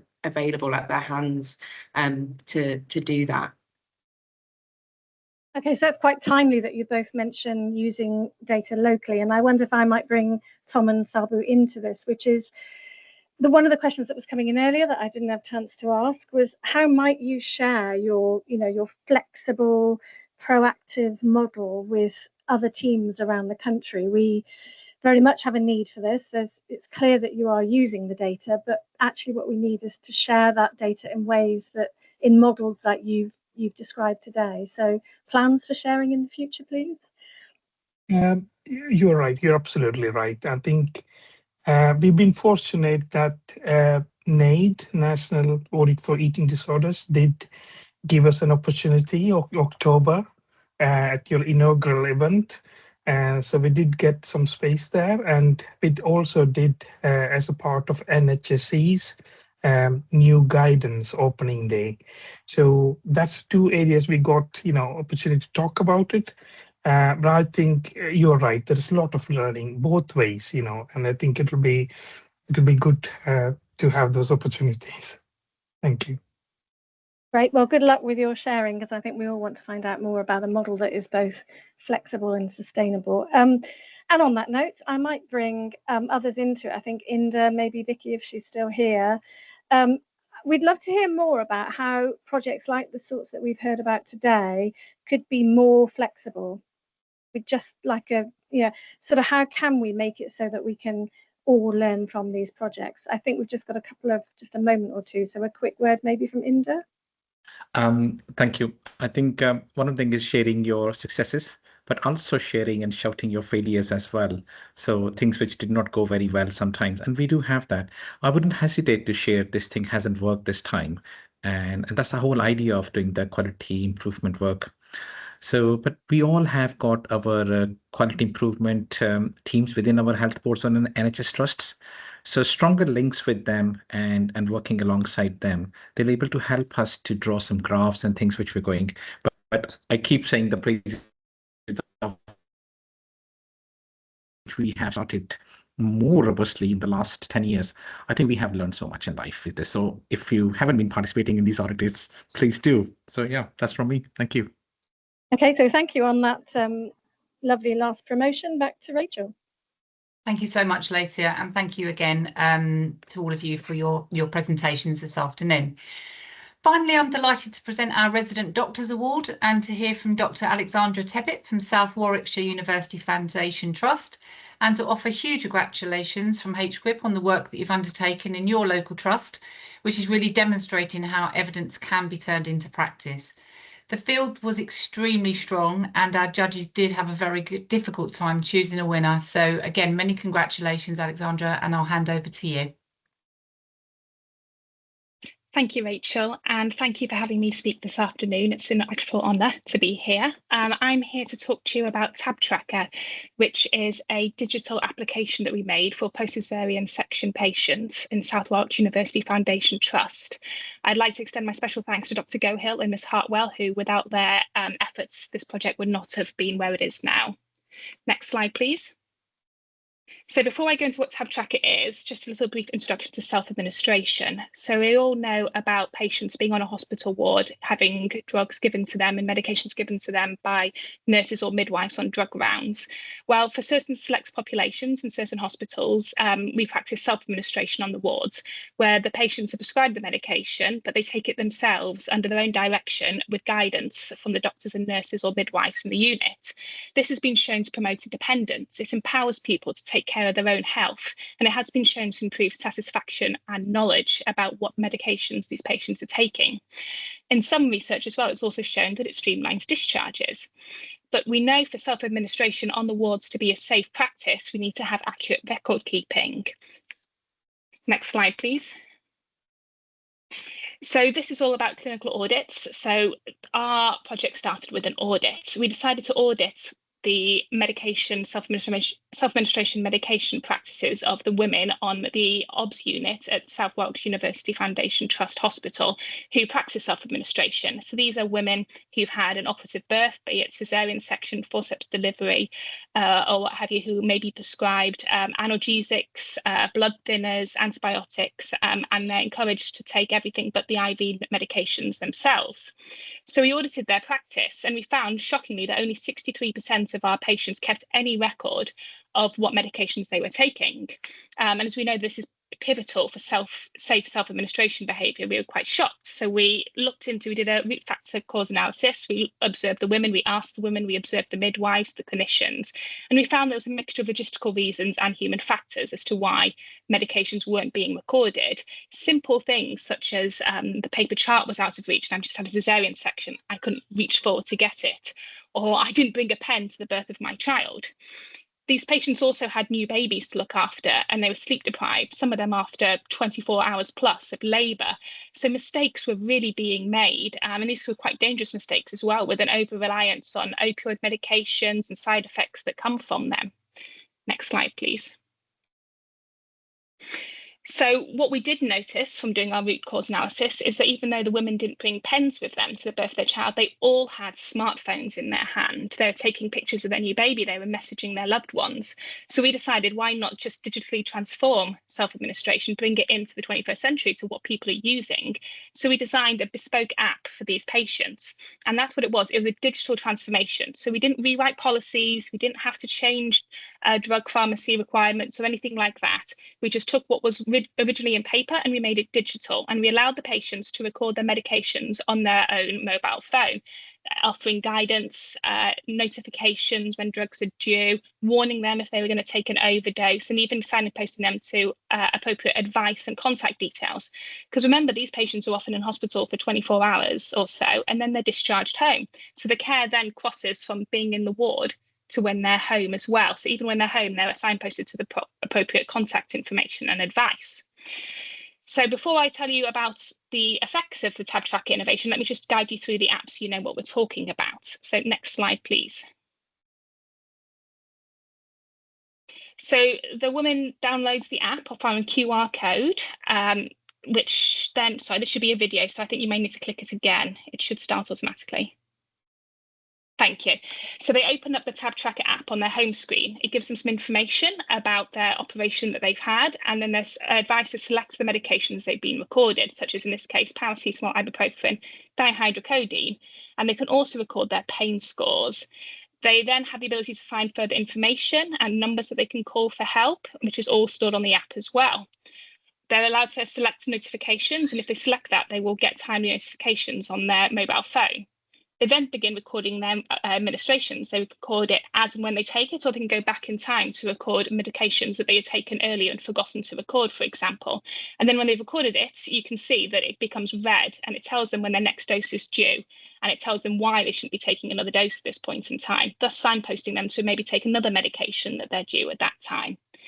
Once these are all recorded, they can also go on and record their pain score, so they can track their symptoms and how they get better with the medications as well.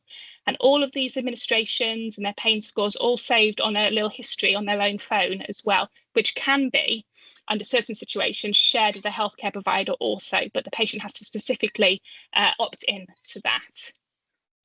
So thank you. That's a very whistle-stop tour because of time limiting, but that is an example of how the Tab Tracker works. So next slide, please.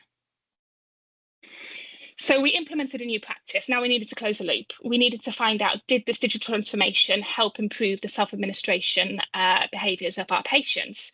So we looked at patients both before the app was introduced and after, pre being November 2024 and post being April 2025, after the app had been in use for 3 months. So we got through initial teething problems. We looked at app data. We surveyed the patients and we surveyed the midwives looking after them. And we looked at factors such as satisfaction of the patient, ease of medication management, and staff workload. And this was all done with informed consent, and patients' individual profiles are only viewed with their explicit permission. Next slide, please. So looking at the app data, so this is after 3 months. So at this point in time, we had 228 unique users who'd used the app, and each one entered about 19 entries on average over average of 5.3 days, which means we had over 4,000 data entries to look at. And as you can see, it was able to show us what medications they take, for example, and there's lots more information out there, such as the timings they took them and the gaps between their medication administration. Now the app has been in place for about 18 months, and we have had way more users. I think we're at, when I last looked, at about 14,000 individual users. Right, next slide, please. So we did a patient survey as well, and we asked them what they thought about their care now compared to before. So before, on the paper-based system, we asked the same questions, and we looked at how satisfied they were with things like information received and type of medication, which you could see had a satisfaction percentage of about 73 to 80% on average. After Tab Tracker, this raised to 95%, up to 95%. And as you can see, this isn't just on the information received, but also the type of medication and frequency of medication that they received. We didn't change these things. We just changed the way that they approached their medication. And they also were great improvements in the entire satisfaction of their care provided just from this digital transformation. Nothing else had changed in that period. And we also asked them if they were able to take their medications on time. So 73.6% of patients thought they could when they used the paper-based system, but this surged to 95% when Tab Tracker was used. Next slide, please. We also asked the midwives what they thought about the intervention, and 75% of midwives said they thought that it reduced their workload, with over 77% saying they now spent less than 5 minutes explaining the process to the patient. 92% of midwives thought that Tab Tracker improved the accuracy of medication reporting, and 77% thought that it improved patient interactions as well. And crucially, the percentage of staff who witnessed a medication error dropped significantly, from 75% of staff witnessing a medication error in the audit period on the paper-based system to only 30% on the Tab Tracker system. And I'd like to point out that not every patient used Tab Tracker, so we couldn't divide which of these were Tab Tracker and which of these were paper-based. Next slide, please. So hopefully with this brief introduction to Tab Tracker, I've shown that by doing a simple digital innovation like this, we can successfully address the logistical barriers. We can improve understanding of medications, we can improve adherence behaviour as well, and satisfaction in the entire care received. We improve safety by reducing observed medication errors, and we also reduced staff workload as well. And it really bridged the gap between what our standards we wanted them to be at the initial audit to what the practice was observed in the clinical area. And it really nicely aligns with digital priorities for health access and safety. Next slide, please. But there's always a but, isn't there? And it took a lot of infrastructure just to do this digital transformation. Lots of different things we had to look at: hosting, costs, maintenance, lots of different compliances that we weren't aware of before. So it's been a great learning process, and it's something that patients and staff value, but it wasn't an easy transformation. Next slide, please. So if you want to have a little go yourself, there's a little bit of an example on this QR code here. This is a nice little bit I stole from social media, which shows the importance of guiding people in their medication administration behaviours. And I welcome any questions that you have about the project. Thank you so much for listening. Thank you so much, Alexandra. I'm fascinated by that app. That's incredible and really impactful. Again, as a person that's had a cesarean section, I know how difficult it is to stay on top of some of that medication when you're post-operative and you're also caring for a young baby as well. So it's absolutely incredible. Thank you so much. Lisa, have we got any questions for Alex at all? So we've got a small number. Again, a plea if anyone has any burning questions. There's one that I'd like to put, which is that like when I was listening to you, I've got at both ends of the generational scale a child who takes daily medication and my mother who quite typically for someone of her age takes daily medication. And I would love to see something like that roll out. But I just wonder, is it reliant on having people who have the ability to use the technology or have that sort of expertise with use of technology, or did you have any concerns around that? Sure. So we started with an obviously quite young, digitally knowledgeable population, so younger women in their 20s, 30s and 40s. But we have talked about this in other areas such as orthopedics, sort of post-arthroplasties, hip and joint replacements. And we've discovered that though there is some barriers for people, we actually shouldn't rule out the older generations and their digital knowledge. And the Topo review taught us that quite nicely, is that we are aging, but we're aging of technology, and most people are able to use technology now. The app's now available on Android and Apple and a web-based for trying to do digital inclusion. It's available in 4 different languages to reduce inequalities. And we found also that if we could, by removing the safety risk of people inputting their own drug doses and timings, but actually having that preset from a drug hospital policy, it makes it an awful lot safer. All the patient has to do is select their medication that's been pre-approved by the department, and away they go. It removes the crucial risk factor of patients inputting their own data, which other medication apps rely on. I'm nodding enthusiastically because honestly, the number of times I've seen my mother making notes or have little pill boxes just to make sure that she's taking the right meds at the right time. A question from Tina, one of our associate directors, and you touched on this in your last slide, but we'd love to know more about the funding and specialist support that you needed to have to get this off the ground. Sure. So the initial app was funded by the hospital charity, who saw it as an excellent idea and wanted to innovate with us. So that paid for the initial outgoing, such as coding, hosting, insurances, app store fees, Apple and Android. When you develop an app, you have to have the latest technology. They won't let you be an app developer without it. All these sorts of things that we wouldn't have had access to before. So we're very thankful to the charity. Ongoing costs do occur, and so we're looking at sort of doing licensing, for example, to help bring it it in. So the hospital pays a small license for each digital transformation that they want to do, and then it's free for the user, which is the patient. I'm in a very lucky position that I'm a clinician. I'm an NHS innovator, but I'm also married to an engineer and human factors expert who is a coder. So it's a sort of in-house team, which has made it really easy to implement any changes that are required almost overnight. By being just a husband and wife partnership, really. So all the hurdles that other places have found in innovating like this, we've been able to jump over through our special sort of situation that we're in. And then there's another question that I don't think has been quite published yet, but I can see, which is around safeguarding. How did you manage safeguarding concerns and safeguarding management? Are there any potential issues around perhaps the misuse of the app, or the app perhaps not being monitored in quite the right way? So because it's just digitally transferring what was already there in paper, there's actually been extra safety gaps rather than areas for abuse, because the app doesn't tell you to take a dose. It tells you when your next medication is due, but it will actively warn you against overdoses. And we've got hopes in the future to improve the chat function of it, so that if a patient is saying that they're taking overdoses, it can signpost them to 111, for example, or 999 if it is actually required, by actually just improving safety. Anyone can download the app if they have a QR code, and some people have continued using it well past the cesarean section date. One user used it for about 6 months, and when we tried to look into this, they're not still having surgical pain, but went in and out of the app. So maybe they had a headache and they started taking regular paracetamol, or maybe they had musculoskeletal problems, I don't know, but they still found the use of the app so great for them after their operation that they continued to use it even after that significant clinical encounter was over. So we don't find any abuse of the app. We find that people are still using it outside of its license, outside of its design, but hopefully for a positive reason. Right. I mean, that aligns with my comment, doesn't it, about family histories as well, and people being able to use them for other reasons. I think we've got time for one last quick question, which is around personalising the app to individual trust formularies. So is there any scope for that, do you think?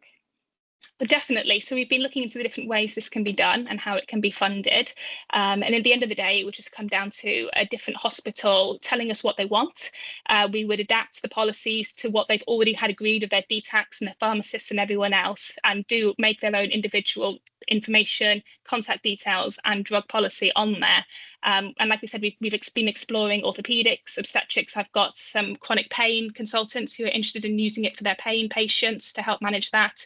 So the expanse is actually, there's lots of different ways we can go with this. It's just all about finding the right next direction, to be perfectly honest. Right, thank you so much. I personally love it. You can tell from my questions. Back to Rachel. Thank you. Thank you very much. Thanks, Alex, and thanks, Lacia. That brings this afternoon's event and Clinical Audit Awareness Week to a conclusion. I've had a brilliant day, and I'd like to really send my thanks to this afternoon's speakers, but also to all of you who have taken part in this week's events and getting on board with the wider Clinical Audit Awareness Week campaign to help make it the success that it is. You can find further information about HQIP's resources related to all of our topics on our website using the links on the screen. Also, a brief reminder to stay up to date through our channels and to sign up to our mailing list for future updates. And final slide, please, Natalia, and a big thanks to you, because I know you've been driving slide decks since 10 o'clock this morning, so you must be exhausted. We'd love to receive your feedback. Please can we ask you to complete the short form by scanning the QR code or accessing the form via the Clinical Audit Awareness Week page on HQIP's website.